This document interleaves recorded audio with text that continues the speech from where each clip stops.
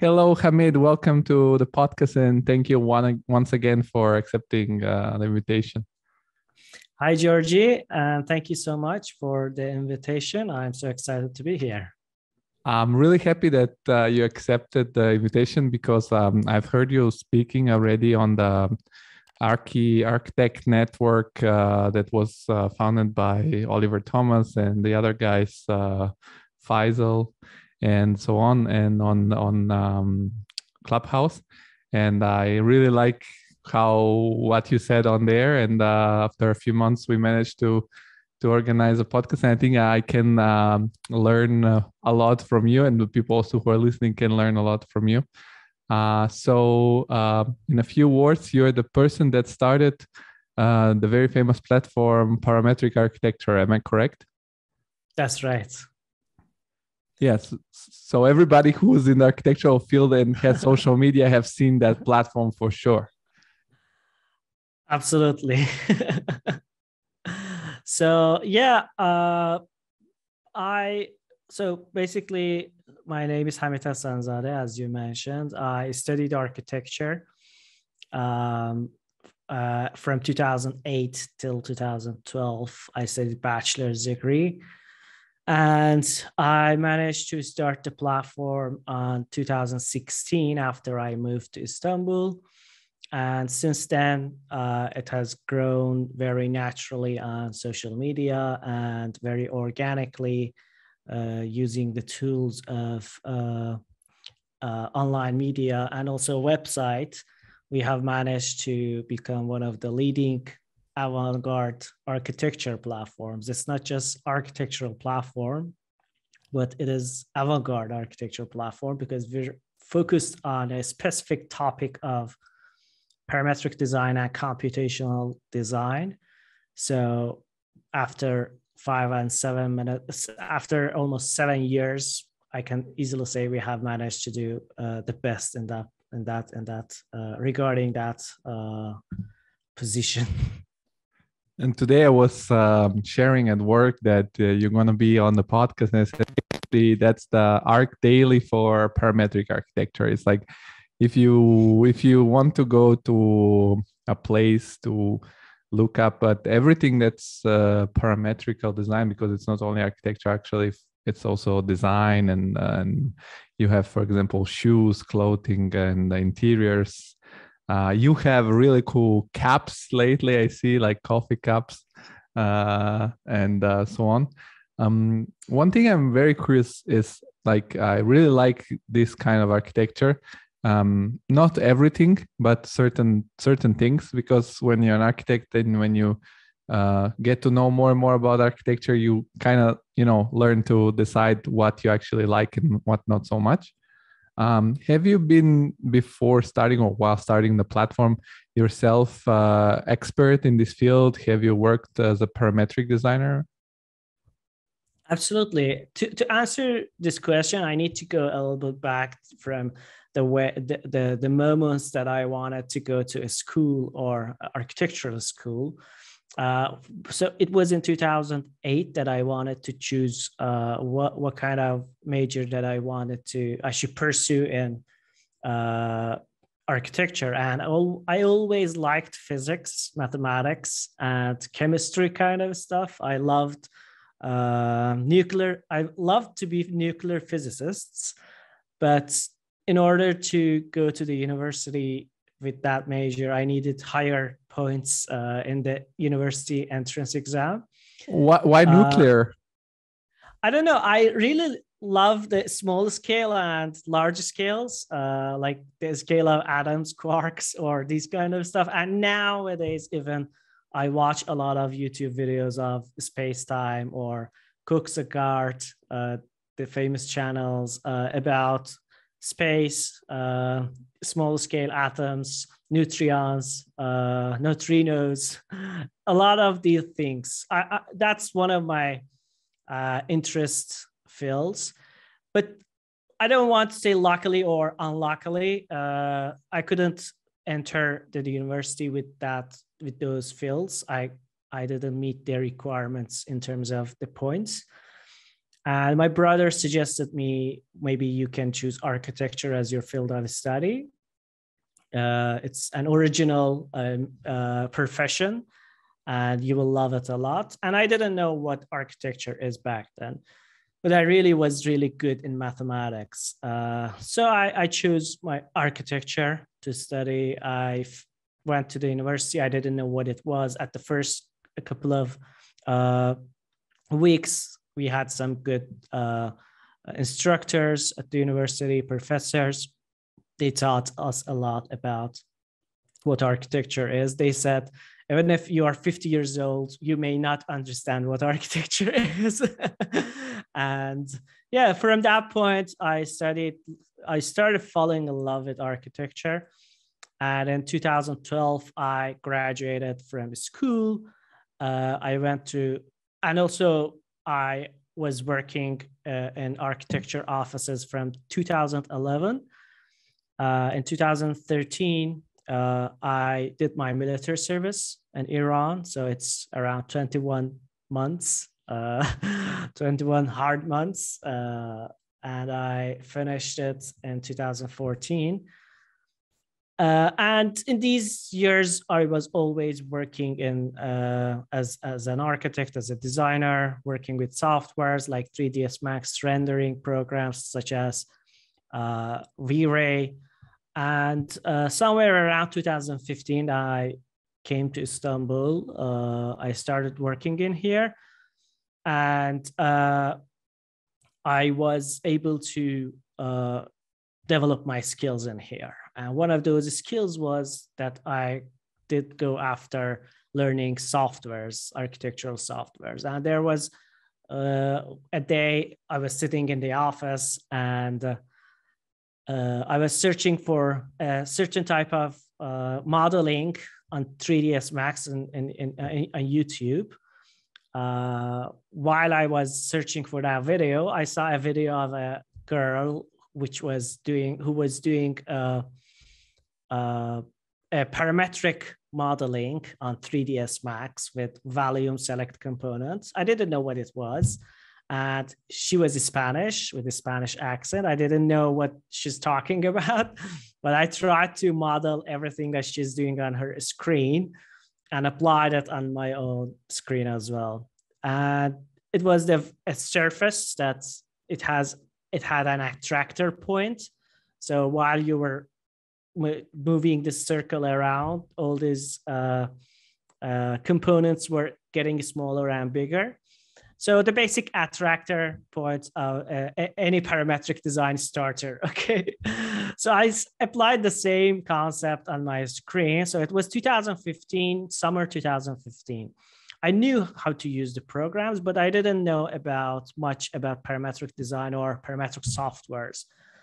Then I tried to apply the same concept in a kind of shell, or it could be a pavilion or installation. And that's the point architecture or design starts. You see something and you get inspired from that. Then you try to apply it in architecture scale or in any design scale that you want. That's where architecture starts. I did a couple of animations or a couple of renderings to show how these lights penetrate through the facade or through the shelter and create a kind of shadow or light patterns under these surfaces that I designed. And quite good number of attention it got on my own social media. Then at the same time, I was also researching about social media. I was listening to social media experts by accident, actually, not intentionally, that I wanted to be a social media guru or social media guy. I didn't have any intentions, but I wanted to see how to use media. One of my favorite guys was Gary Vaynerchuk, that I back then I listened to him a lot, or I can say I've listened to a lot of Bill Gates' speeches to develop my English language, or Steve Jobs or Elon Musk or all of those guys. I was working day and night to develop my English skills. And at the same time, I was learning the other softwares, parametric softwares. I had the chance to get to know about Rhino and Grasshopper, Revit Dynamo. And then it came to the time that, because I was loving these softwares and I was seeing the capabilities of, for example, the Grasshopper or Dynamo, I was so impressed. And I couldn't sleep at nights because I discovered these kind of software. And I said, okay, this is so amazing how they did manage to do such a thing, because it saves a lot of time. It gives a lot of variations or iterations, thousands of models that you can model with parametric tools. I couldn't really sleep. All I wanted to do was learn a new code, try to apply in a new geometry and explore this world as much as I can. And that was very exciting for me at the time. And I kept it continuing, and it was around March 2016. I thought maybe I need to open up a page called Parametric Architecture and put up my content there. So it was exactly at the same time that I was in the office. I went to the toilet. I said, okay, I'm going to do it now. I'm going to open up the page called Parametric Architecture. I signed out. I'm sitting in the toilet. I signed out from my own account. Then I signed up as a new account, Parametric Architecture. I wrote that one. So it was taken, Parametric Architecture. They had around 40,000 followers back then. I just put a dot in between, parametric.architecture. So I registered as a new account. Then I came back to my desk at the office. I designed a new logo for my page. I wrote the P, I wrote A. I made A smaller and give the P a little bit bigger stomach. So it was my previous logo. I uploaded it on social media, on Instagram. I got a couple of follows. Then I uploaded the renders that I had from the previous projects. Then we got a couple of likes. We got a couple of follows, like 10, 20 follows. Then I had a video that I've made it before.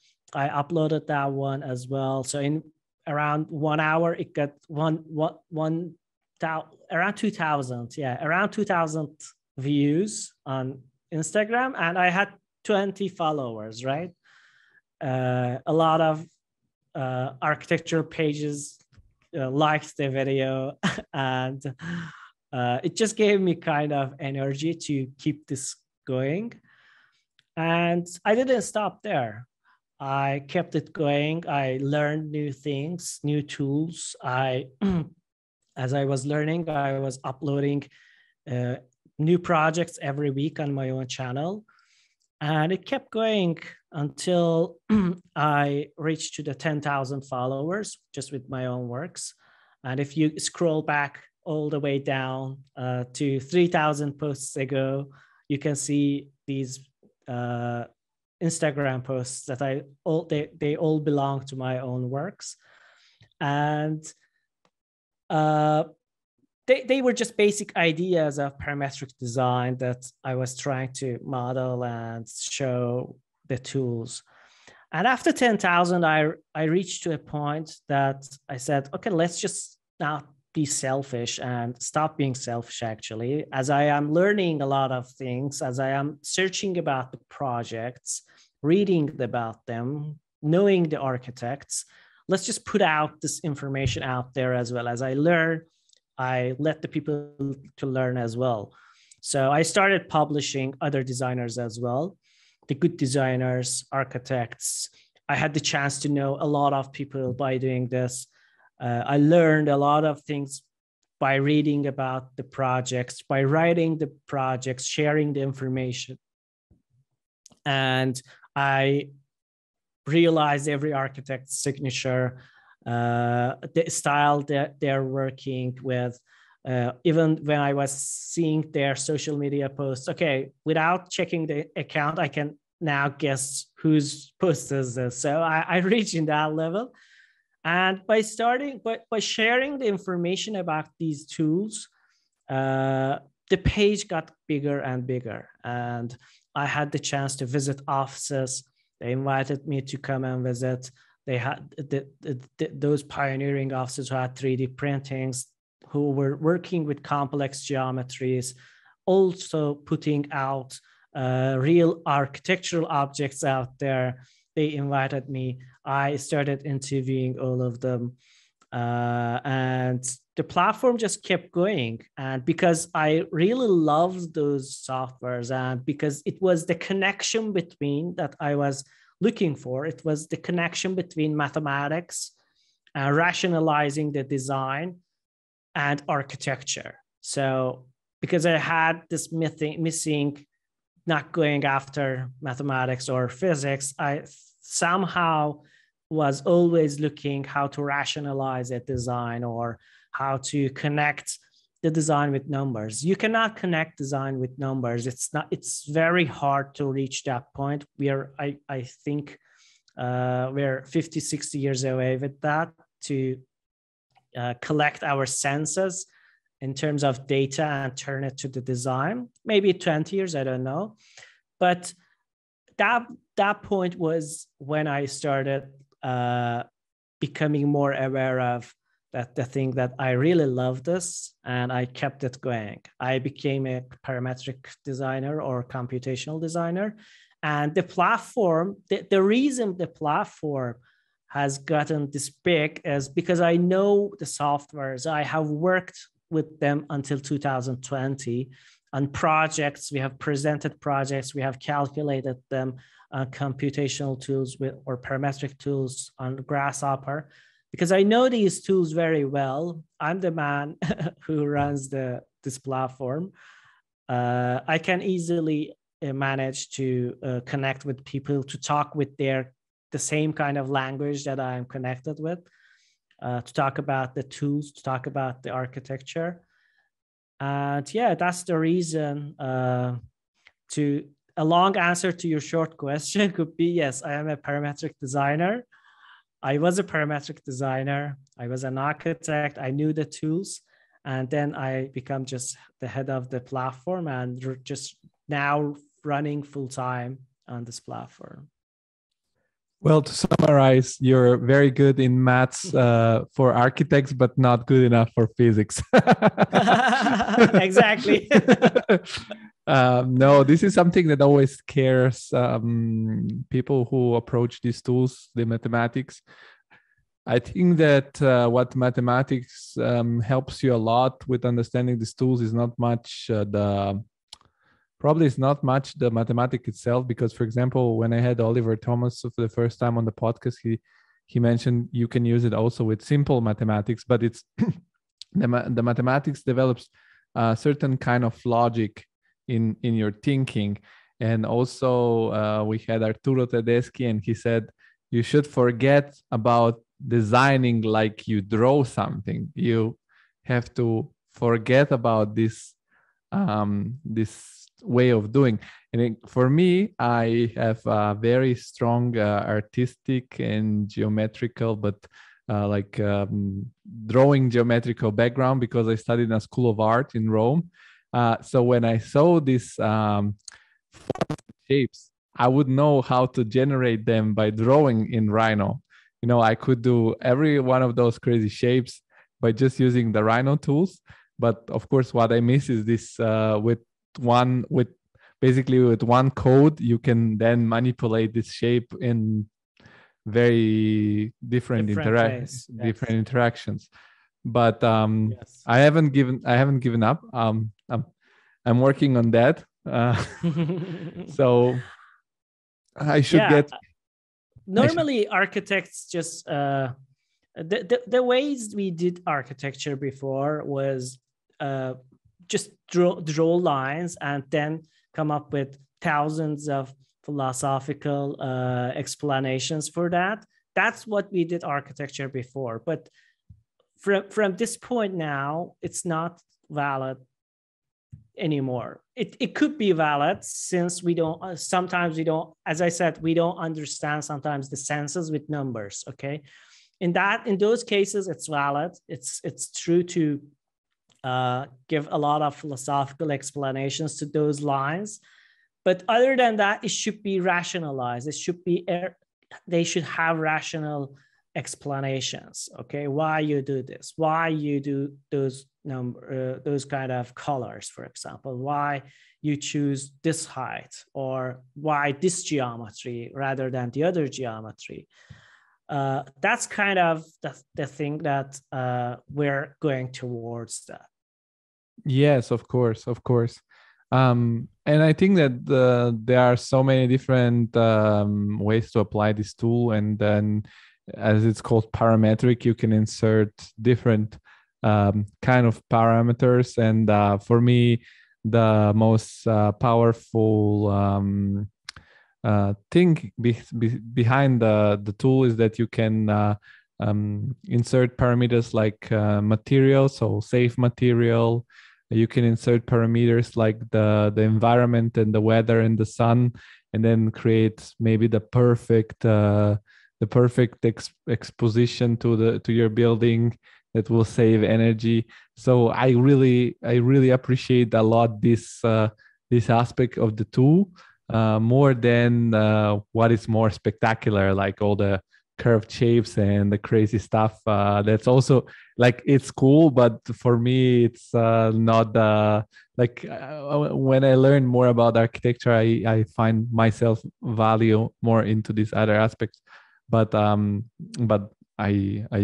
admire any use of the tool. And you said you used it until 2020. That's almost 2 years ago, or 2 years ago. What happened? You had too much to do with the platform? No, I had till 2020. I had no income with the platform, and I was working as an architect exactly before the pandemic. And then at the same time, with the office that I was working with, I was under pressure to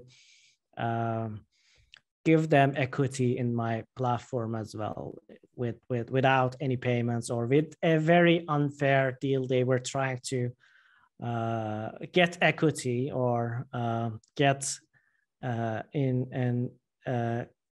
cooperated with my platform.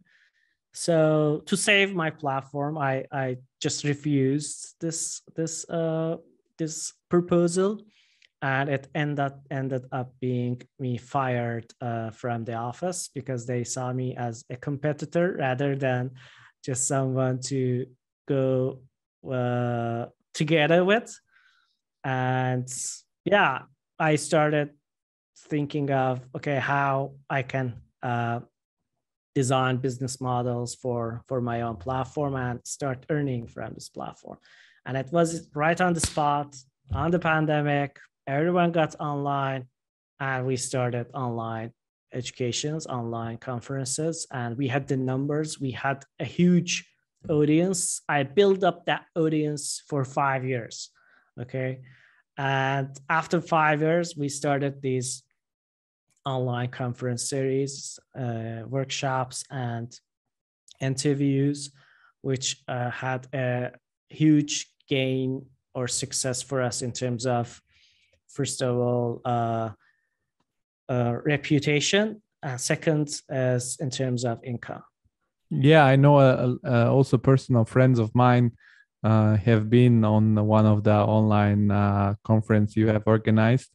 And somehow we were talking that Ollie has been on my podcast, and he has been showcased on one of the conferences, and they were like, exactly. we saw him. And then the world of architecture, it's small on a global level. Even if you live in the US and in Europe, you'll know the same people. And exactly. I'm curious how this thing with the work happened. Like, I guess, I mean, with your skills, I guess you were working in an office that it's involved with parametric design. And what does it happen? Your boss comes and says, "Look, I want to be part of the page." and that's it. Like, I cannot imagine this happening, so it's very, I'm very curious to know how this thing happened.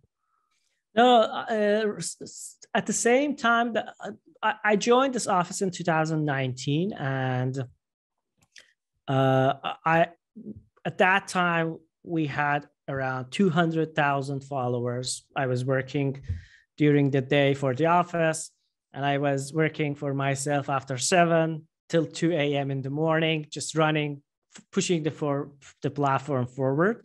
And when I joined this office, we were around 200,000 followers, and it was just only me.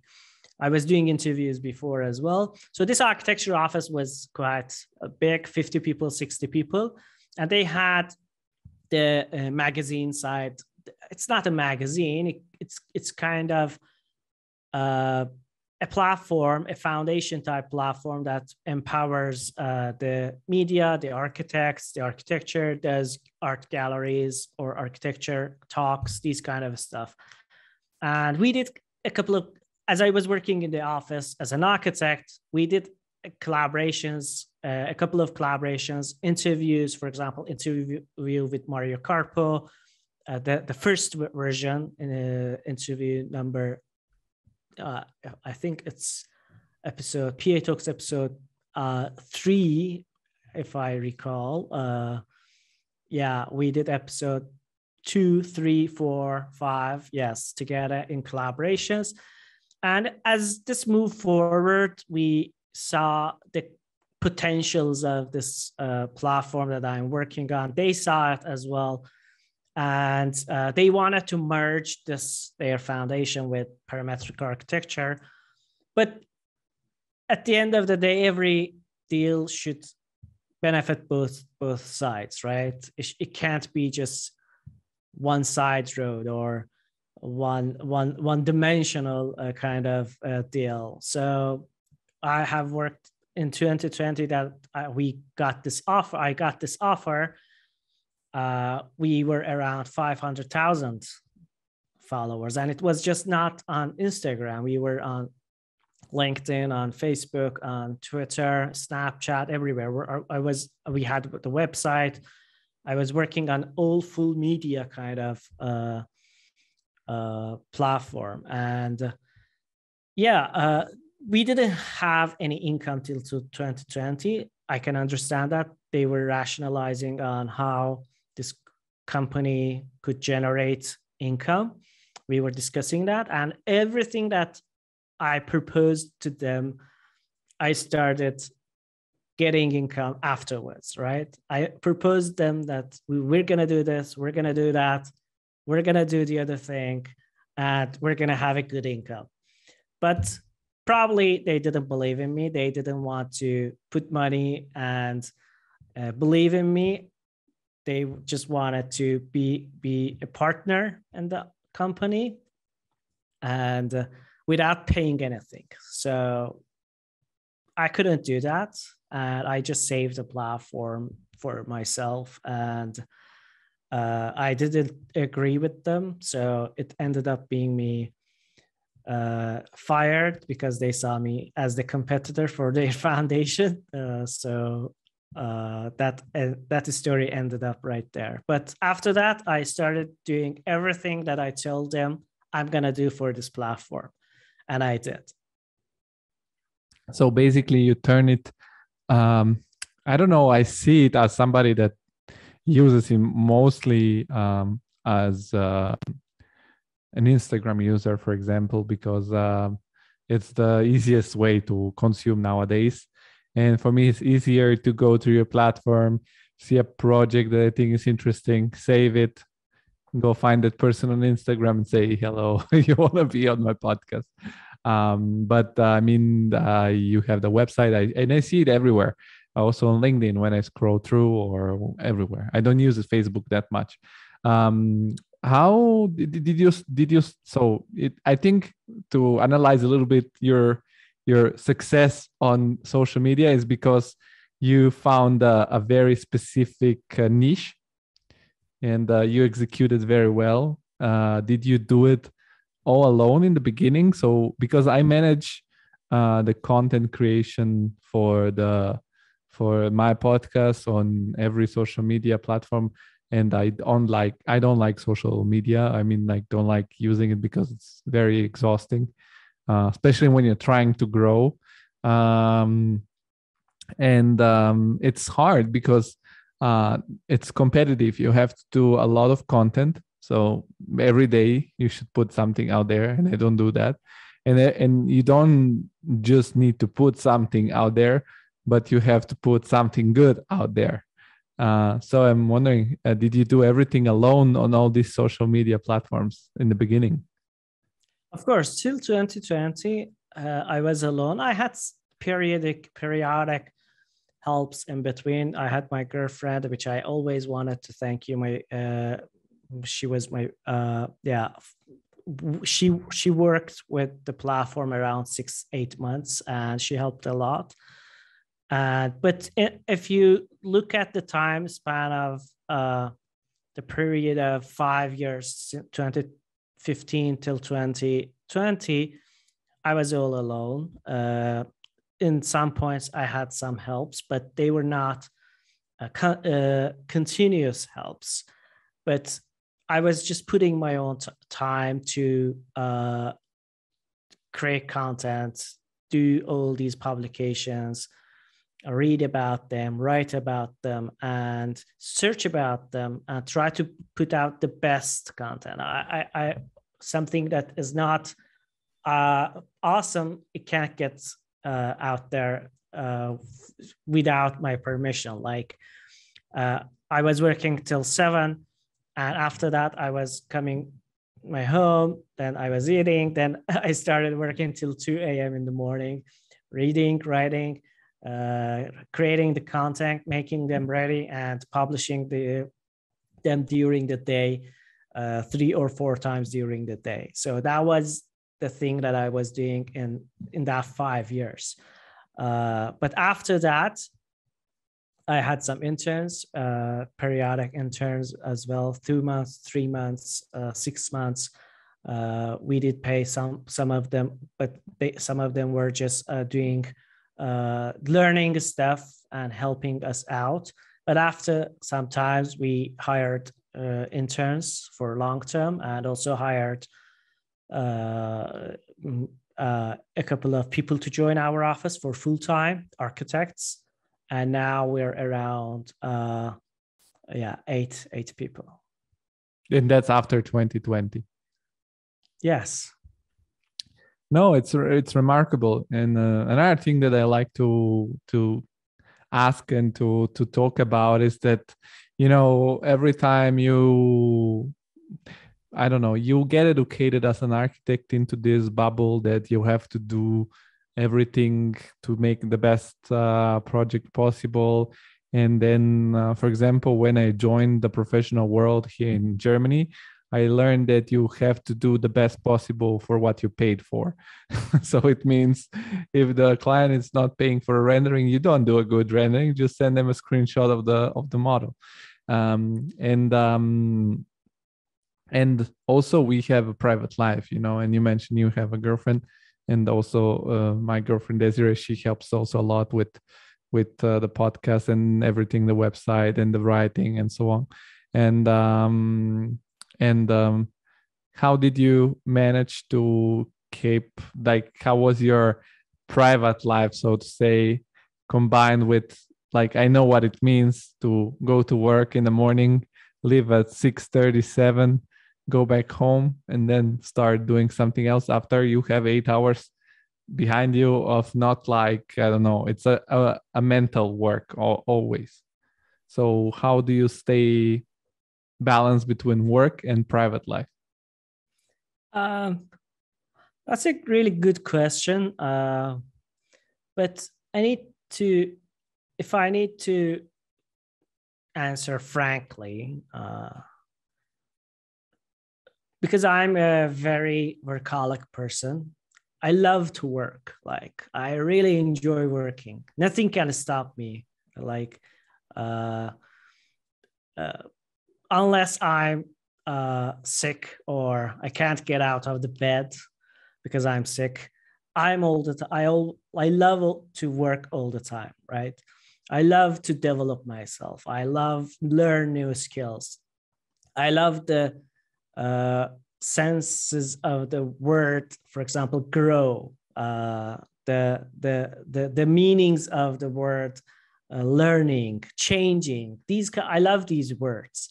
And I really don't want to be the same person that I was last year. And because of that, I need to work. I want to work. That's what I really love. I enjoy because working also keeps me away from stupid and shitty stuff, right? And definitely for the 2 years for the first 2 years that I found the platform and I was working, and everyone just was laughing. What the fuck are you doing with your life? It's just shitty bullshit that you're working, putting out content. Nobody even cares, these kind of stuff.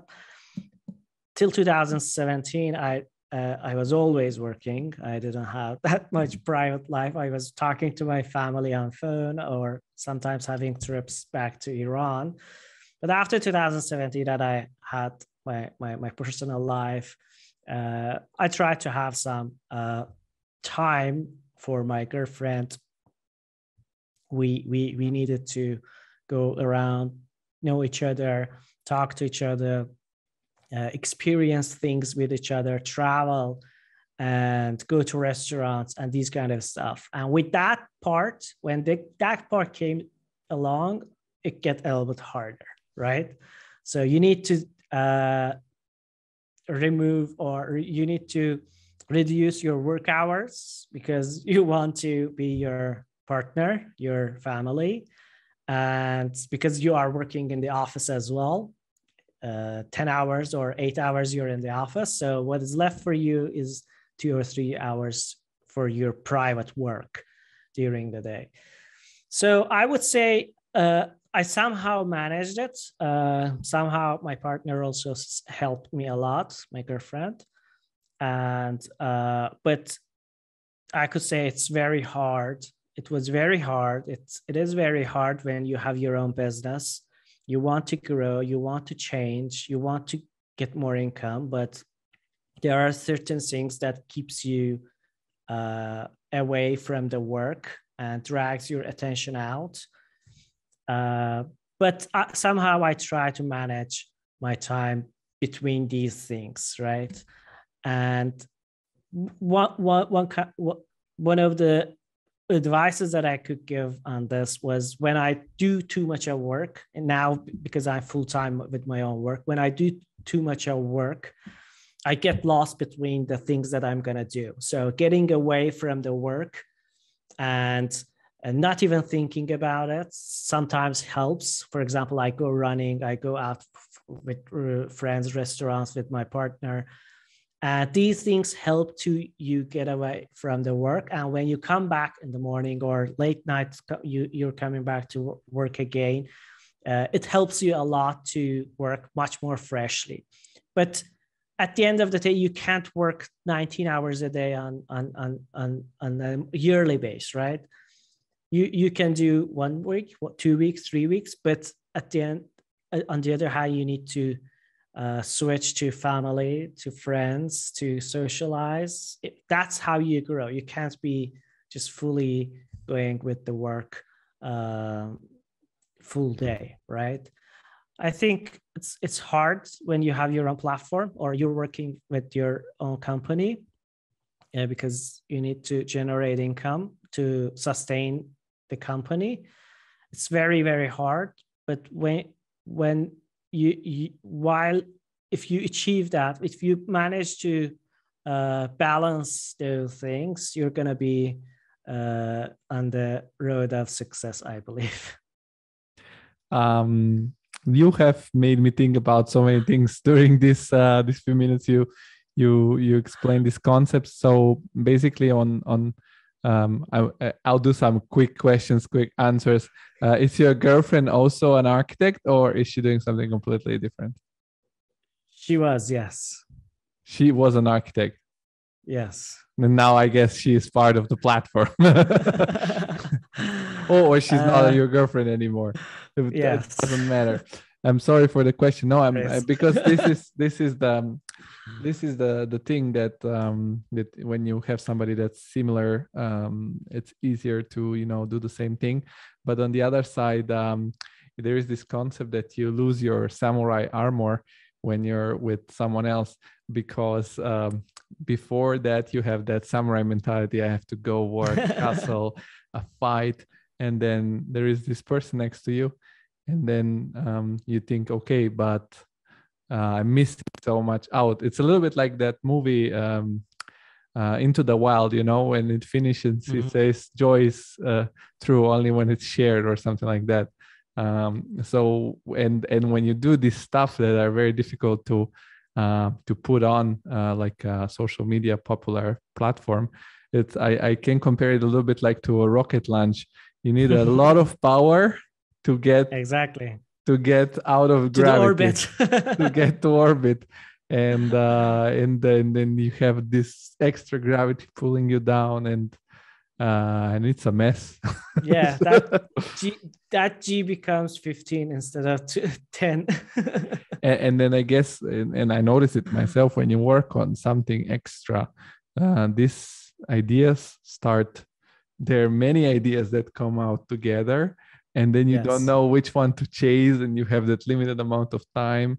And on one side you think, should I leave the job? And then you think, but if I'm wrong, it's a stupid idea. And I mean, this is at least something that I have felt. But from what I understood, you're suggesting more to do this sort of sprint. So to say, like, okay, next 2 weeks, I'm going to work very, very hard to create a lot of results. And then I'll take, I don't know, a week or two, a little bit chill. And then again, that was your method, more or less. Yeah. I mean, there was no a week kind of off for me regarding the working. For example, if I was working a normal day, 6 hours for my own platform, there was a week, for example, that I did 3 hours. There was no stop, never, not even one day that we didn't work on the platform. Since the last 7 years, that continuity or continuity of the publications or sharing knowledge just kept in the last 7 years. And but definitely the things that kept us going was the energy also that we got from our audience, and the collaborations that we did, or the people that I get to know, and the people who started knowing me because of the platform, not because I'm an architect. I'm designing something, and I loved the design so much that I had to stop designing anything, because the platforms, I didn't want the platform to be judged because of my own design skills, right? That was one of the reasons that I left the design. I don't design anything anymore. And yeah, I think I didn't answer your question somehow. No, you kind of did. But when you stopped designing or took this decision, so to say, didn't you feel a little bit like disrupted, because you start identifying with this thing somehow, and it's I don't know, it's hard in general for people to say, okay, I know I'm not a designer anymore. Was it hard for you to take that decision? Definitely it was hard, and it didn't happen just one night. It took 2 or 3 years for me to decide on this decision, right? Because you need to become in that point till you say, okay, instead of sitting in here working on Rhino and Grasshopper, I could connect with more people and do generate much more value and much more income for the entire platform, and also for myself and for the community. Till you reach to that point, you feel that sense, you should work as a designer if you are a designer. But if you have something that could generate much more things, value, income, anything that you're looking for, till you reach that point, if you reach that point, you should change or switch to your the other job. And yeah, the last 6 months of 2020, I was kind of dying why I am working. I have this platform in my hand, why I was not able to generate any income with it. There was some publications randomly coming and going, but that was not constant or continuous income form that I could rely on. But yeah, after 2020, and the last 6 months was very hard. I was totally off the design, and I decided not to do it anymore. It was really hard. It didn't happen one night. And at some point, I was getting some bad feelings if I'm going to say, no, I don't design anything anymore. If I get any projects, or if I tell to my friends, I don't design anymore. I had some kind of bad feelings, how they're going to judge me through this.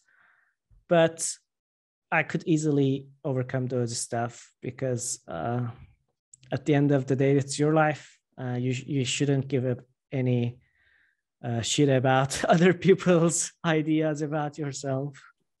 So yeah, it was hard, but I made it. No, I totally understand.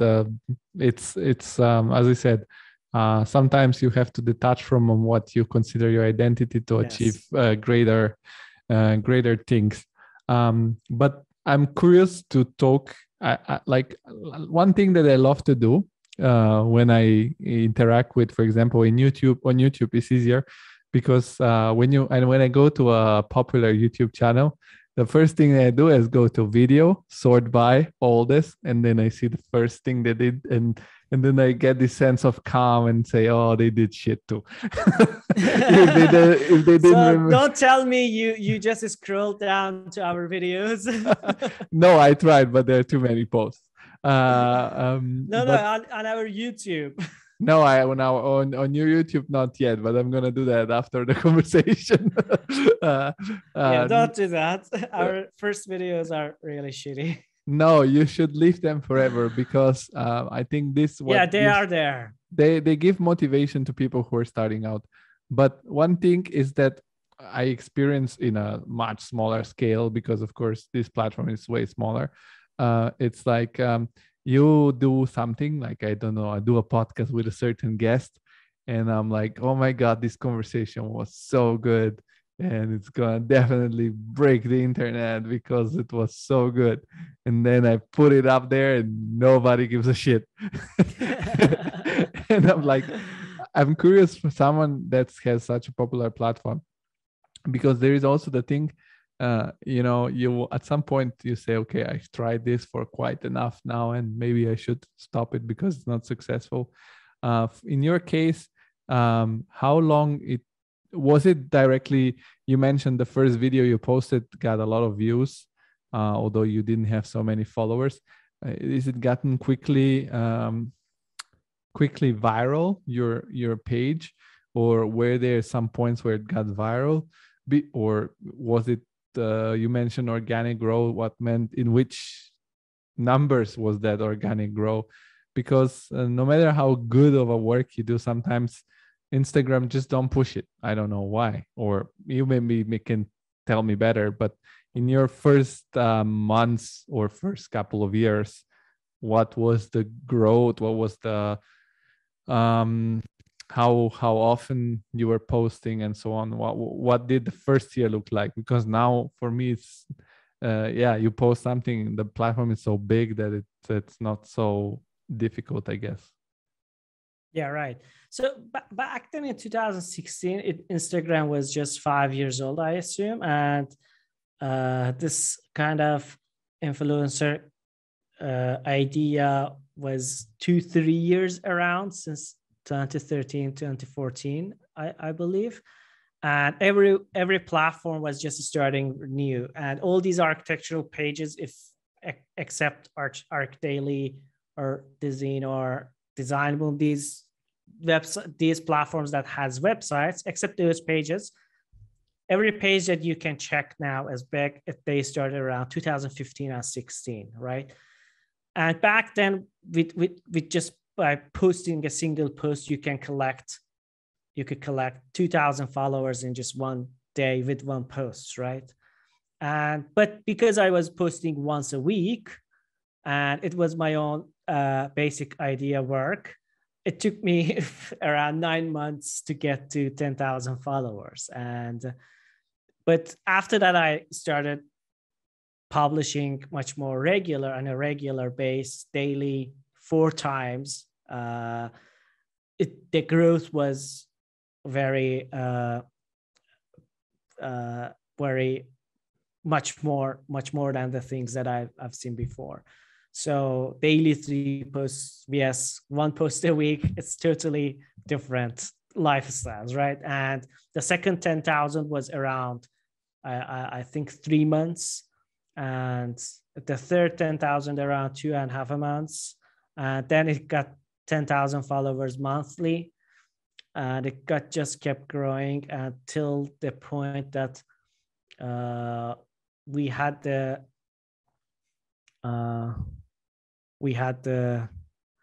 maximum number of followers a month gained. It was around 45,000 followers, I think, in 1 month, right? But the thing with platforms is they are vulnerable. When you're just building up on one platform, you're vulnerable, right? If that platform changes the algorithm, you're doomed.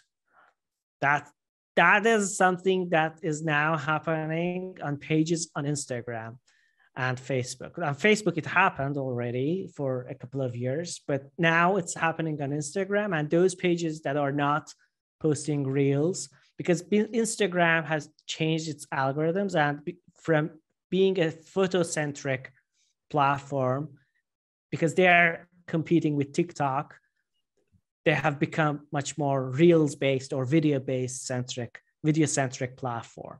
And now those accounts who are not posting reels are not seeing in the search, or are not following in the search section, explore.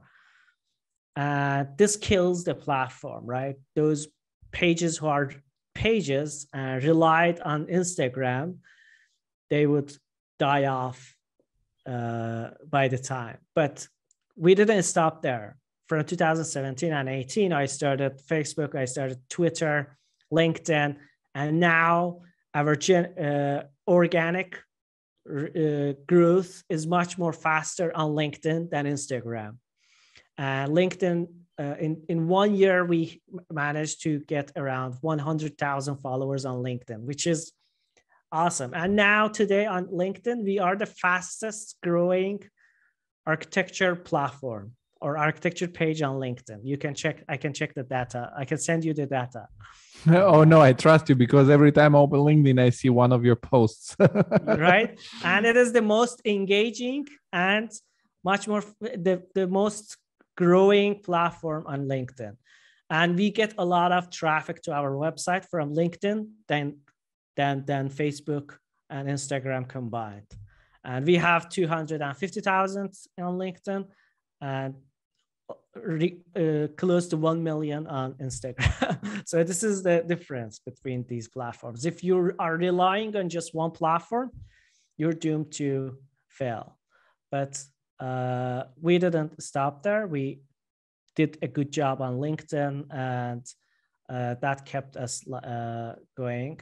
And these platforms changing algorithms just kills everybody. And Instagram has just got a lot of features, and they don't let the platform to be a little bit free and have some kind of peaceful environment on the platform. They add a new feature every month, every day, right?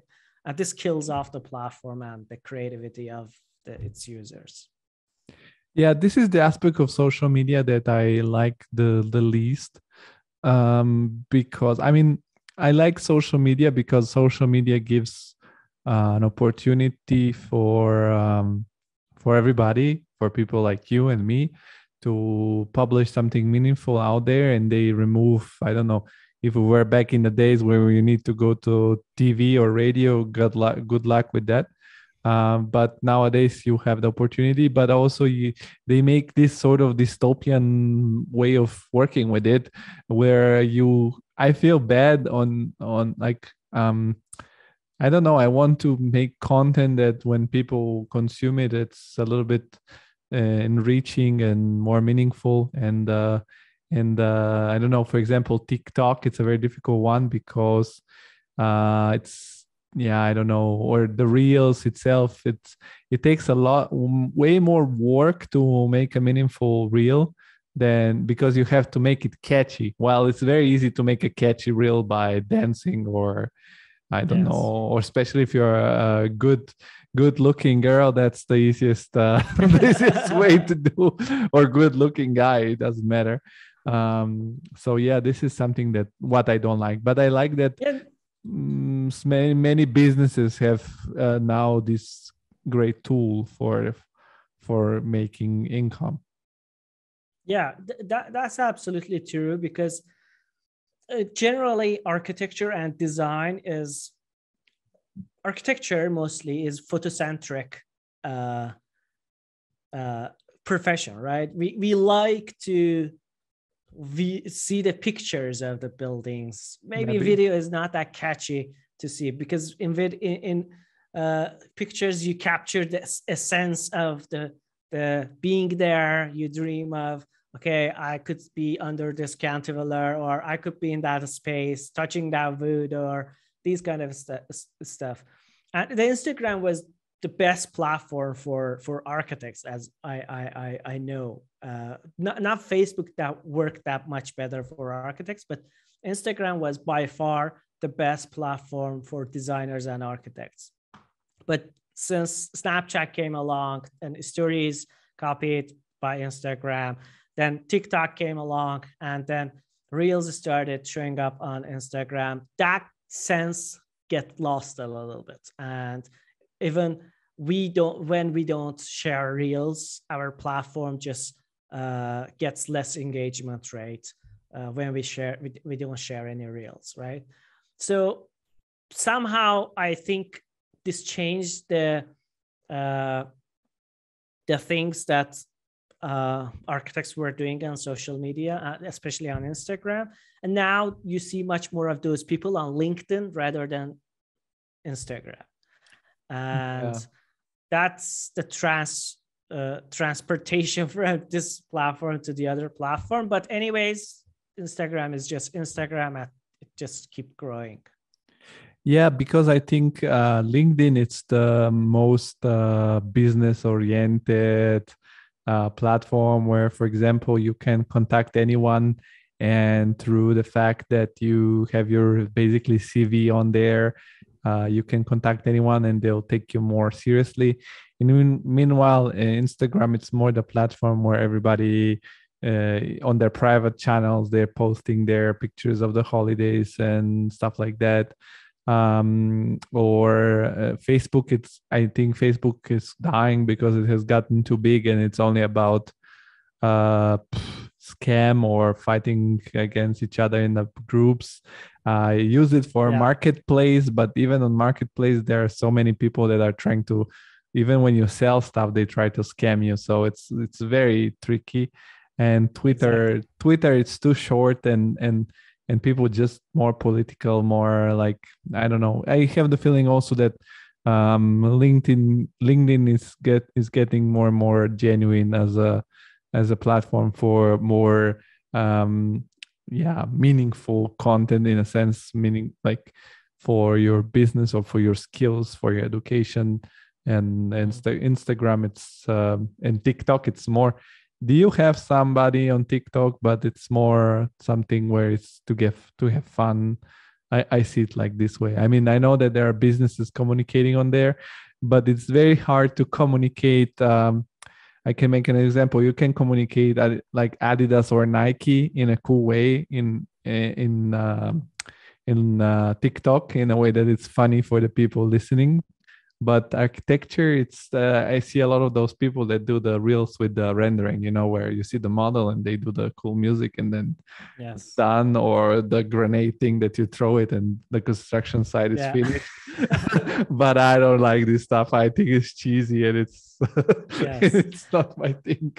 Yeah, as I mentioned, it's the profession's problem that architects are not somehow they are good to making photos or renders, but they're not good in making videos or reels. So that's the problem that we have, and we're not focused on TikTok because that's not much more the place that our audience are. But we'll see. Yeah, no, of course. I've made a TikTok account with the name of the podcast just so that we have it in case something happens. But one thing that I also noticed is that a lot of architecture offices, in particular, independently if they're having something to do with parametric architecture or just regular architecture, I have the feeling they still have this idea of the Instagram platform as a place where you go to show off and to show how cool you are. And by like, here, I'm so cool.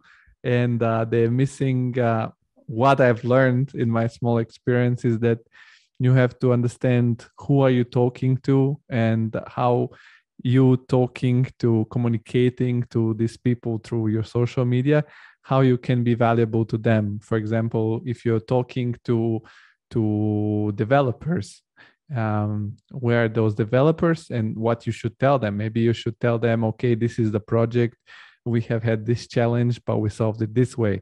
Or if you're talking to other architects that could be your employees, instead of telling them how cool you are, you should tell them, okay, we take care of our employees in this way, or we like to use this software, or because this software has this advantage, and stuff like that. What are you, for example, your observation, and what do you think some little like tips of how to communicate better on social media? Because I mean, if I say it, I'm not so legit, because I'm not so like, I haven't this resonance, but you are somebody that has built this resonance. So what are your tips to communicate better on social media? One of the things that we get a lot is those scams and DMs on social media that kills everyone's accounts. But generally, if I wanted to give some tips and tricks, is try to interact with the audience and try to talk to them. This is the most important things that you should do while you want to grow or while you are growing. You need to reply comments. You need to be free and open-minded with hate comments. Don't go fighting over comments, or keep the discussion open, but don't go for a fight. It's not a place to do arguments or you're right, you're wrong, I'm right. Just keep the discussion open and accept everyone's idea, because social media is not the real society that people gather there and talk. It's not. Everyone, the things that they don't say out there, they can come and easily curse over there and do shitty stuff, write shitty stuff over there, right? You need to give less importance to those very, very negative comments, but also try to interact with the with your audience, with the people who are interacting with your content. Keep the discussion going. Ask about their ideas, asked about their opinions on your projects that they are liking or they are commenting. Try to do much more creative stuff rather than just copy pasting other people's content, because we are seeing a lot of because for the sake of growing on social media, they are doing a lot of for example, stealing content, or let's say inspiring from them. But inspiring from competitors is a very regular thing that you can do. For example, if there's two websites that are growing at the same time, this competitor sees the other competitor writing about, for example, X article, and they see it got a lot of attention. This competitor also writing about that article to come to the same kind of, that's kind of inspiration, or that's kind of targeting. But it's not good to copy and paste the content or copy the same type of the content. I would say, yeah, try to interact with your audience, keep the creativity, keep the continuity, consistency, be very kind and positive. Don't be rude with the people. Let them to share their ideas as well. Accept those negative comments as well, but don't interact with them. Yeah. These are the things that I can say. Don't scam people. Don't send hundreds of thousands of DMs so get blocked. Don't use fake followers. Never.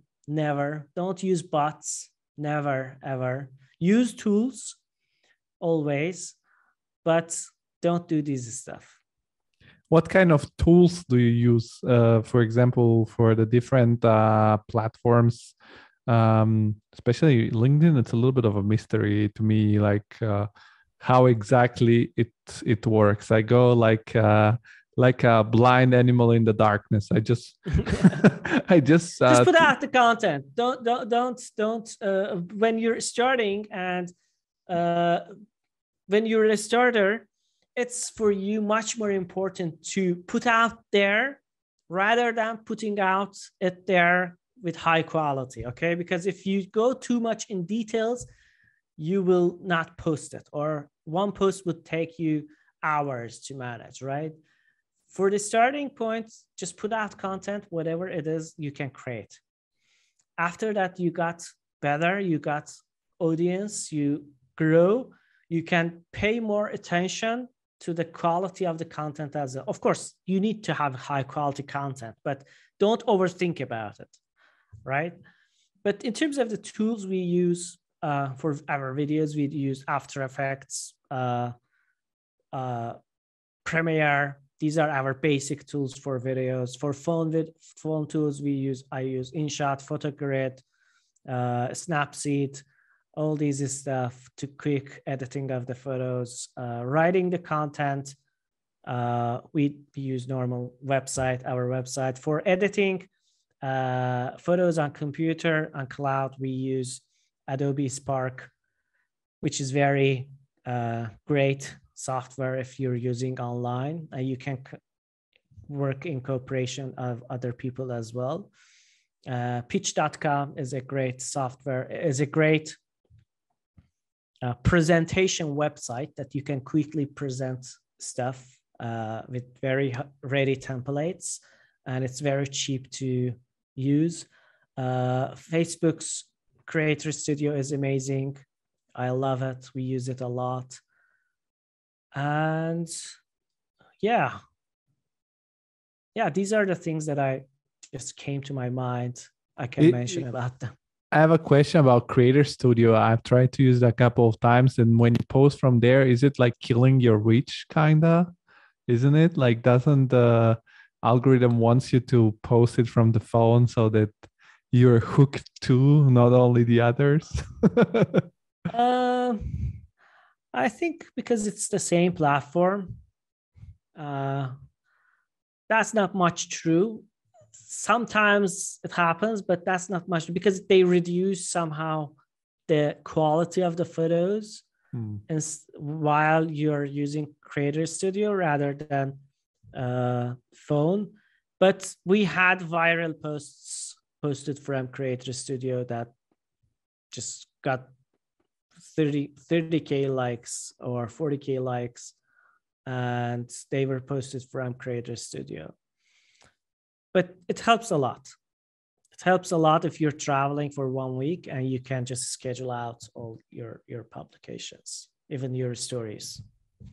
And how is for you to not be the face of, like, let's say it this way, like parametric architecture is very famous, but you're not putting yourself always on the front page, like through the podcast and through certain posts, people can see that you are the person behind parametric architecture. For example, the first time I saw you, it was when you did your, I don't know if it was a podcast or a live with Alper Derimboga. He was also Right. on my podcast. And then I when I have a little bit more famous guests, I go more to different interviews, not to ask the same questions. But is it for you an advantage to not be so much in front, so that, I don't know, you can still, because another thing is that you can get famous and then you're like famous, like you walk around and people asking you this and that, and so is it, or was it, why was the decision to be parametric architecture and not your page, Hamid? That's a really good question, and very less people ask about this. Why I did this idea.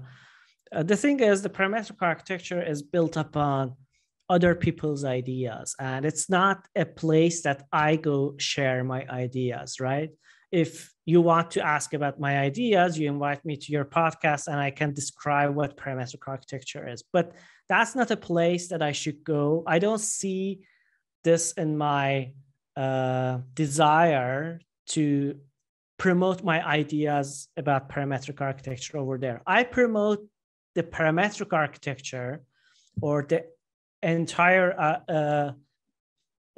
idea of using computational and parametric tools in architecture by sharing other people's work, by sharing other people's ideas, by bringing them into the platform so they could discuss about the ideas, right? They could say what parametric design is. Till now, we have not done any videos that says what is parametric design. You cannot find, because this is the thing that I'm trying to answer by asking this from the guests that I'm inviting. If you can watch all the interviews, I always say, what do you think about parametric design? What is parametric design? How do you see the future of these tools? That is not some place that I come and talk about myself. And that idea just kept growing, and it just somehow pushed me at the background. Not the thing that I didn't want to do. I wanted to do and stay in the background and value the knowledge and the guest's idea over my own popularity. I did that because I wanted this platform to be much more the place that ideas are discussed and everything is being shared, even they are in opposite sides, rather than my own intentions or my own ideas about these tools. Yeah, so it was for the love of the art, so to say, for the love of design. Exactly. Yeah, this is something that I also did myself, because I don't feel I have the I didn't want me to be the voice of something, but I wanted it to be also about creativity and design, and have these different fields that influence each other. But you mentioned one of the questions also I'm curious to ask you, because you don't answer it yourself on the platform, but now you're not on your own platform. So what is, in your opinion, the future of the parametric design, and one very hot topic currently is Mars. It's the moon. Architects being involved into designing the colonies and the cities for outside Earth. Also, now we have a lot of these NFT metaverses, more digital realm. I'm getting one of the topics of the year. I want to get more guests on and learn more about this NFT, because I think that people haven't understood exactly what are the potential of NFT. And yeah, so what is your opinion about where it's heading to? If I want to describe what is the future is much more brighter than it looks nowadays. And if I want to give an example, when we landed on moon in 1969, everyone was thinking that, oh, we're gonna live on moon or on other planets around the year 2000, and yet nobody saw the internet coming, right, in that time. So everything that we discuss and say about the future, it could be end up wrong, or it could be something else. But how we can visualize future is with the current tools and technologies that we have. And parametric design has not just started in the last 20, 30 years, but it started from 200 years ago. And even before that, we were doing parametric design. Every variable that you could consider in your design is a parametric design, and you are doing a parametric design. You are doing a parametric architecture. Here in Istanbul, I had a mentor architect who was around 70 years old, and he said, how do you describe parametric design? And I said, blah, blah, blah, blah. This is the tools that we use in computer, define the parameters. And he said, okay, we were doing it in analog mode, and it is not possible not to do a parametric architecture, because everything that you do is parametric, and you value over some variables, you design according them, you change them, you reduce the budget, you make the height much more higher, or these kind of stuff. And it's parametric design. What we have seen changed recently is the emergence of computer in our profession. And by the rise of the computer, we were able to define these parameters in computer and reach to much more optimized geometries, much more optimized spaces. And this helped a lot to architects to generate much more complex geometries in much more smaller, shorter amount of time, and made them faster. And now, before maybe 40 years ago, drawing a 100-floor building could take 5 years. Now, I'm just throwing an example, but now it takes around 6 months. You can do a lot of work in just 6 months. And the idea of parametric design is not just showing everything with the curvatures or curviness. And I just quote from Arturo Tedeschi that the first stages of parametric design was to show that complexity at the back of showing curvatures and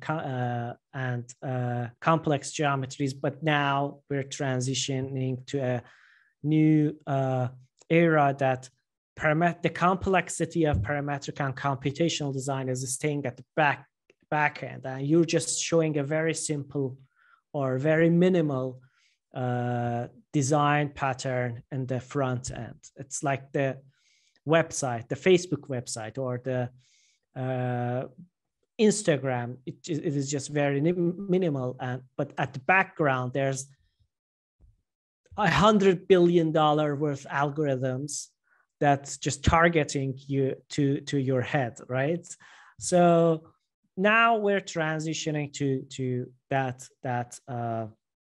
era. And the parametric design, by the use of computational tools and computational methods, is giving a lot of opportunities for designers to integrate with other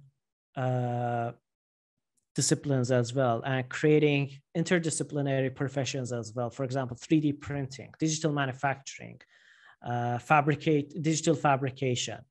And all these things are there because we are able to connect parametric design and use these parametric tools to set up variations or play with those parameters and create those geometries. And I think the future for using of these tools, I don't want to say especially parametric tools, because it's also included with computational tools, generative design, and these things. It's much more brighter, and with the use of these tools, we're going to help a lot with the problems of housing by emerging these tools with 3D printing and mass production by customization as well. And also we will be able to create much more optimized habitations for our astronauts, probably on other planets. We're going to do a Mars architecture workshop nearly soon. We're going to announce it next week. I just wanted to announce it now. We're going to do a Mars architecture studio workshop. It's going to be a 6-session of teaching session and 1 session of final presentation. We're going to particularly focus on the structure, on the topology, and also the design of how architects can use these tools to design any extraterrestrial architecture. What kind of level do you need to have to join this workshop? It's going to be from 0. So we will have some basic introduction about Grasshopper Rhino, but it's going to go for much more advanced versions as well, like using Kangaroo and Amebia. Could you say also around what price it's this workshop, so that I can't try now. I can't tell it now because it's not finalized, but you're gonna see. Okay, I'll be everything's gonna be on parametricarchitecture.com, right? Definitely. We're gonna announce it on website and then on other channels as well. Okay, so this podcast is gonna be out there. I'll send you a link you can add to the description. Yes, I'll put every link in the description so the people that are listening, because it's a cool thing, you could do it also for fun.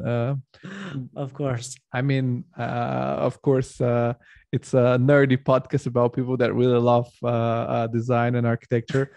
So why not do it for fun and learn something? I like learning new stuff myself too.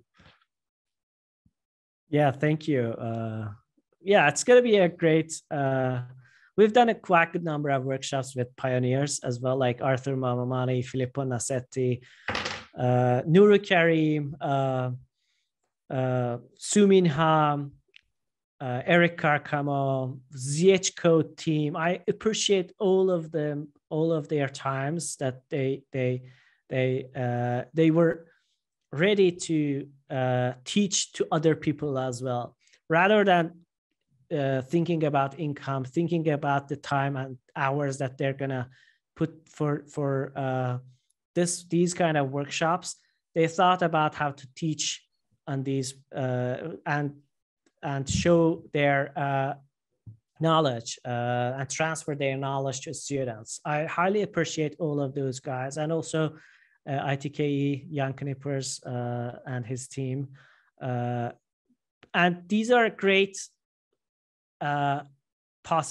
opportunities for everyone to learn from these pioneers, because not everybody can access, for example, Filippo Nassetti. Not everybody can access Arturo Tedeschi or Arthur Mamamani or Nuru Karim, but we're kind of creating this opportunity so everybody can come and join and learn from these guys. And even for these workshops, people from practice, 50 years old, 40 years old, they're joining to the workshops as well, not just students. So it creates kind of a great hype to learn from these pioneers. No, definitely. And when I was talking to Arturo, also he said that they he has to balance it a little bit out with the teaching, because it's still his positioning is being a designer and not a teacher. So it's great when there are these opportunities to join, because they're not so much, not all the time out there.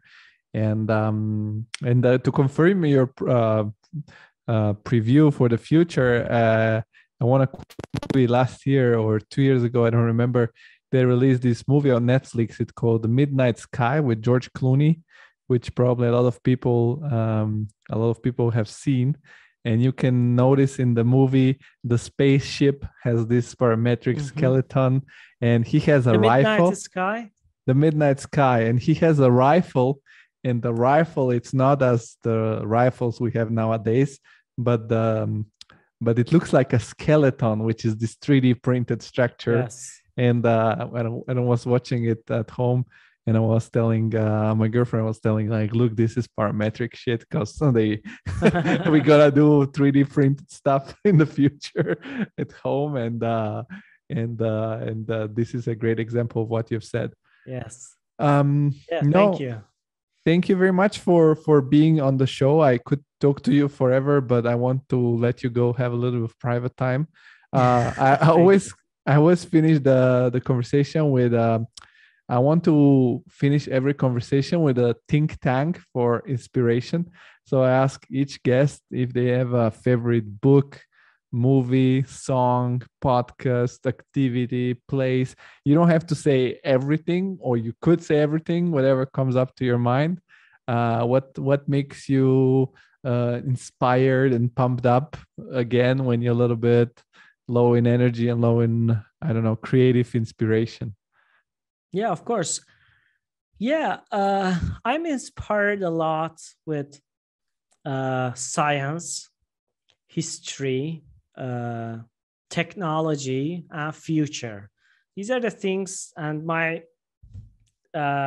topics that I always read books, watch movies, watch YouTube videos, listen to podcasts, psychology, Joe Rogan's podcasts.